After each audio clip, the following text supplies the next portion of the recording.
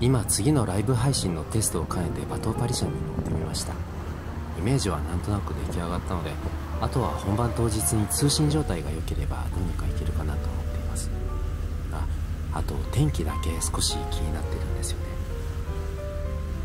今週は雨の日が続くようで、ライブ配信当日は今のところ曇りになっているんです。ただ正直不安なんですよね。大雨が降らなければいいなって思っています。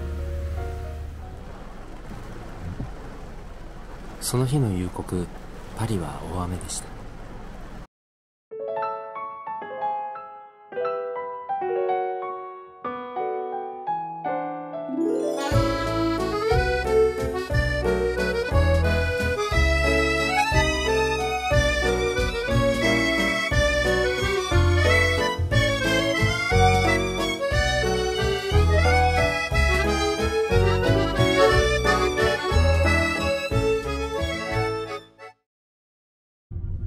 こんにちは、ケイスケです。今シャトルで用事を済ませてボンマルシェに向かっています。ここのところずっと雲の多い天気で、僕は傘を絶えず持ち歩くようにしています。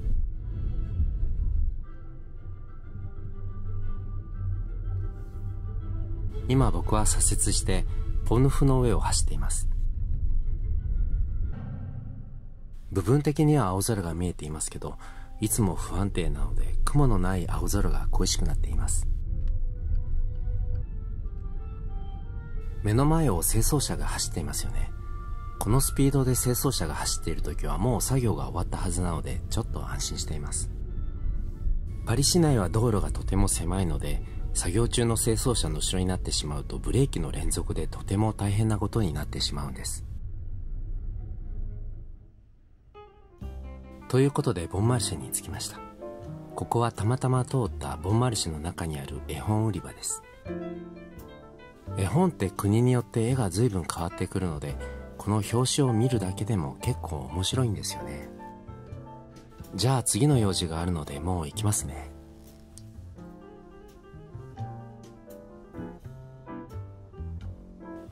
ということでパンテオンの近くで用事が終わったので、この付近を少し散歩しながらご紹介しますね。ここからぐるっと回るような感じで戻ってこようかと思っています。正面に見えるのはサンテティエンヌ・デュモン教会です。これはレコード屋さんです。一見営業してなさそうにも見えますけど、商品的に日差しを嫌っているのでこんな感じになっているんです。この辺りは学生がとても多くて、あと外観の可愛らしいお店ばかりでとてもいい雰囲気です。それからこのお店はエスプレッソが美味しいととても評判のいいブックショップカフェです。こっちがブックショップで、そしてこっちがカフェになっています。このジュース美味しそうですよね。あと瓶のラベルが可愛いと思いませんか？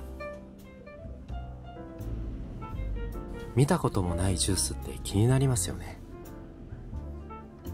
この付近のカフェやレストランはどこも評判がいいので外れはないような気がします。評価しているのが地元のフランス人というのも信頼できる要因の一つです。もう少し下っていきます。ここの広場、雰囲気のいいカフェで囲まれているんです。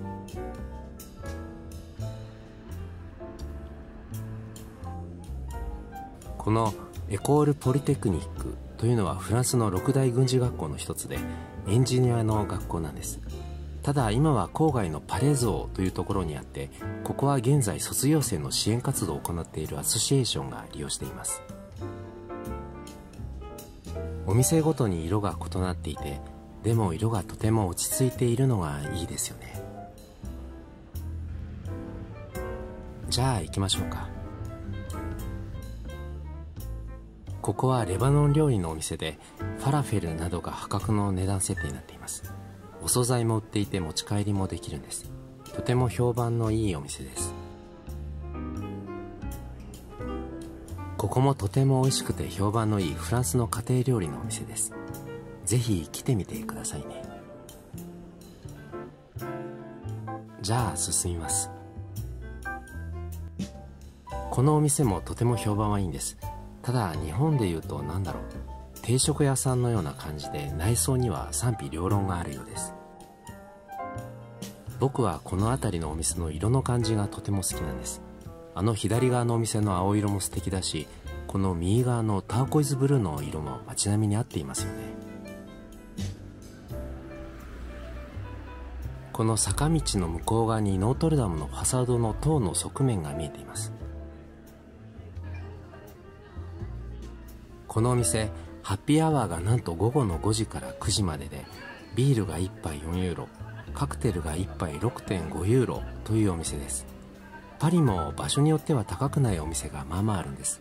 特に学生街は。艶消しの深い赤色が目立つビストロです。向こう側先にパンテオンが見える素敵な通りです。名前の由来には反して、なぜかビストロっていう名前の響きが美味しそうに感じてしまうのは気のせいですかね。まあどこの国もそうですけど、観光客じゃなくて地元の人が食べに来るお店に行くのが一番ですよね。パンテオンの方には登らずにここを入っていきます。サンジャックという通りに入りました。てっぺんにドームのある塔がありますよね。あれはソルボンヌ大学のかつての天文台です。あそこには1935年に作られた観測用の望遠鏡があるんですね。40メートルの高さからパリの街並みを一望できるようです。ソルボンヌ大学の校舎ってパリ市内に分散されていてあちこちにありますけど、どれも立派な建物ばかりで本当に驚きます。パンテオン正面の大通り、スフロ通りに入りました。今日は移動ばかりで喉が渇いてしまったのでカフェに少し寄ろうかと思います。今日はエスプレッソを頼みました。ここのお店のマシンです。もちろんピンキリですけど、業務用のエスプレッソマシンって2、300万円するんですよね。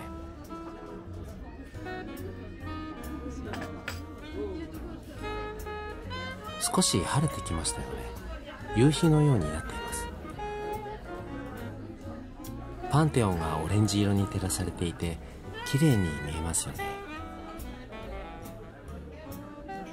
エスプレッソの表面に綺麗な膜ができているかどうかは美味しさの目安の一つになりますよね。今パリ市内ではかなりのお店がこの QR コードでメニューが見れるようになっています。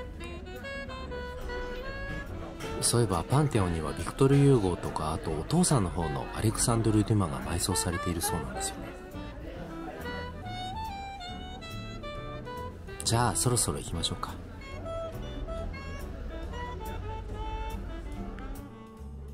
今気温はちょうど20度です。こんなレンタル自転車あったんですね。って思ったら電動アシスト付きの自転車でした。これパリ市内に現在500台設置されているようで、全てアプリで管理ができるようになっています。指定された場所に置かなかった場合は電子決済で罰金が取られるようになっているんですって。このパンテオンの正面左右には同じような建物があるんです。これがその一つで、パンテオンから見ると左斜め前に立つパリ5区の区役所です。それでもう一方との違いですぐ分かるのは、てっぺんに時計があるんですね。ただこの時計はかなり前から動いてないような気がします。いつか直す予定なのかも分かりません。まあ時計の時刻はどうであれ、とても美しい建物ですよね。これはフランスの郵便ポストです。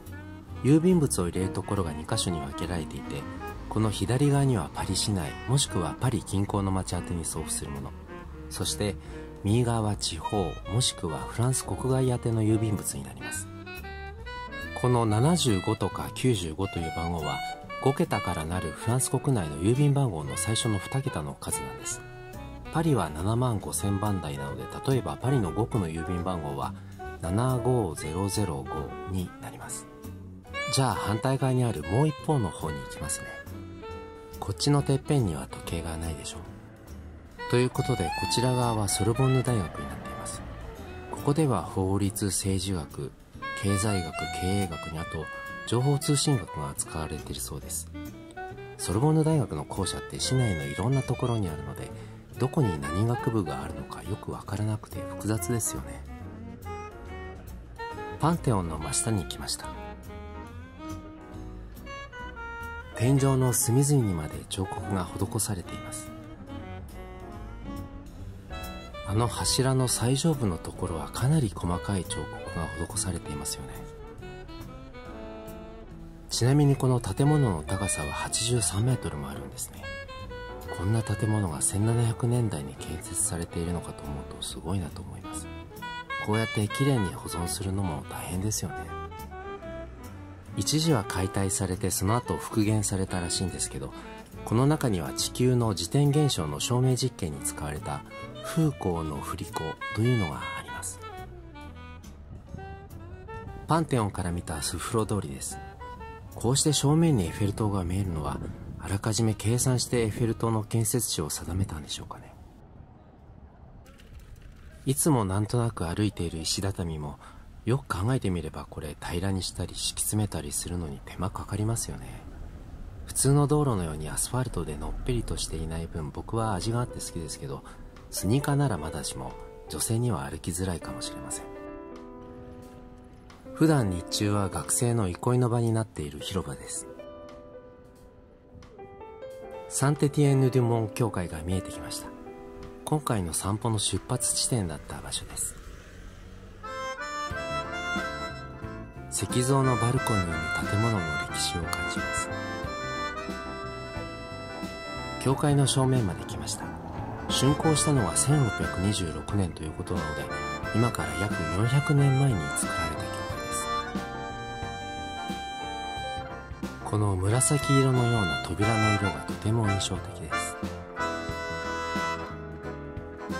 この教会内にはジュペと呼ばれる神体との仕切りがあって、このジュペが現存する教会はパリではこのサンテティエンヌ・デュ・モン教会だけだと聞いています。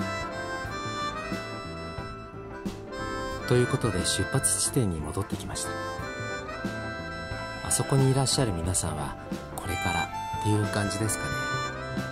じゃあ僕は帰ります。ということで明日もいい日になるといいですよね。それではまた。